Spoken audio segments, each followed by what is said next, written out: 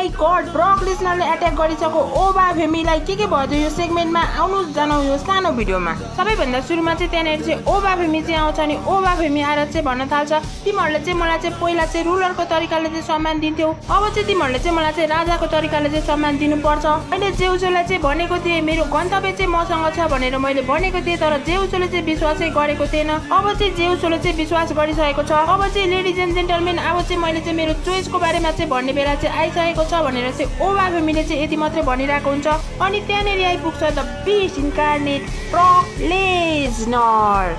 अनि ब्रॉक लेसनरले चाहिँ भन्न थाल्छ लेडिज एन्ड जेन्टलमेन तिमीहरूको किङ अफ द रिङ ओबा फेमी, मलाई माफ गरिदियो ओबा फेमी, म चाहिँ सो चाहिँ हेर्दिनँ। अनि मान्छेहरूलाई चाहिँ थाहा छ म चाहिँ सो चाहिँ हेर्दिनँ, तर तँलाई चाहिँ बधाई छ ओबा फेमी। किङ अफ द रिङ जित्नु भनेको चाहिँ धेरै ठुलो कुरा हो ओबा फेमी। म पनि कुनै टाइममा चाहिँ किङ अफ द रिङ चाहिँ थिएँ, म चाहिँ सो चाहिँ हेर्दिनँ भनेर चाहिँ मैले भनिसकेँ। त्यही भएर चाहिँ पल एमएलले चाहिँ मलाई चाहिँ भनेको थियो ओबा फेमी तैँले चाहिँ एउटा ठुलो डिसिजन चाहिँ बनाउनु पर्ने छ अरे, अनि त्यो डिसिजनमा चाहिँ म चाहिँ तेरो हेल्प गर्न सक्छु, मद्दत गर्न सक्छु।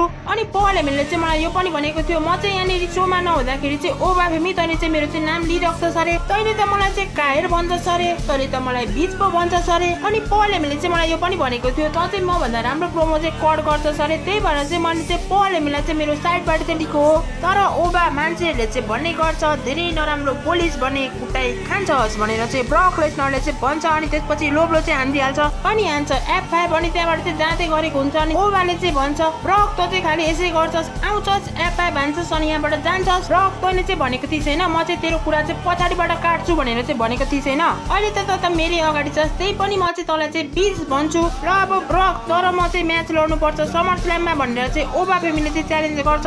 अनि ब्रकले चाहिँ भन्न थाल्छ ठिक छ ओबा फेमी तेरो च्यालेन्जलाई चाहिँ म चाहिँ एक्सेप्ट गर्छु, तर एउटा कन्डिसनमा समर स्ल्याममा मिनी एम्प्लिस मिनी सोटामा तेरो र मेरो म्याच चाहिँ हेलिना सेलमा हुनुपर्छ भनेर चाहिँ ब्रकले चाहिँ भन्छ। अनि यसरी चाहिँ यो सेगमेन्ट चाहिँ खतम भएको छ।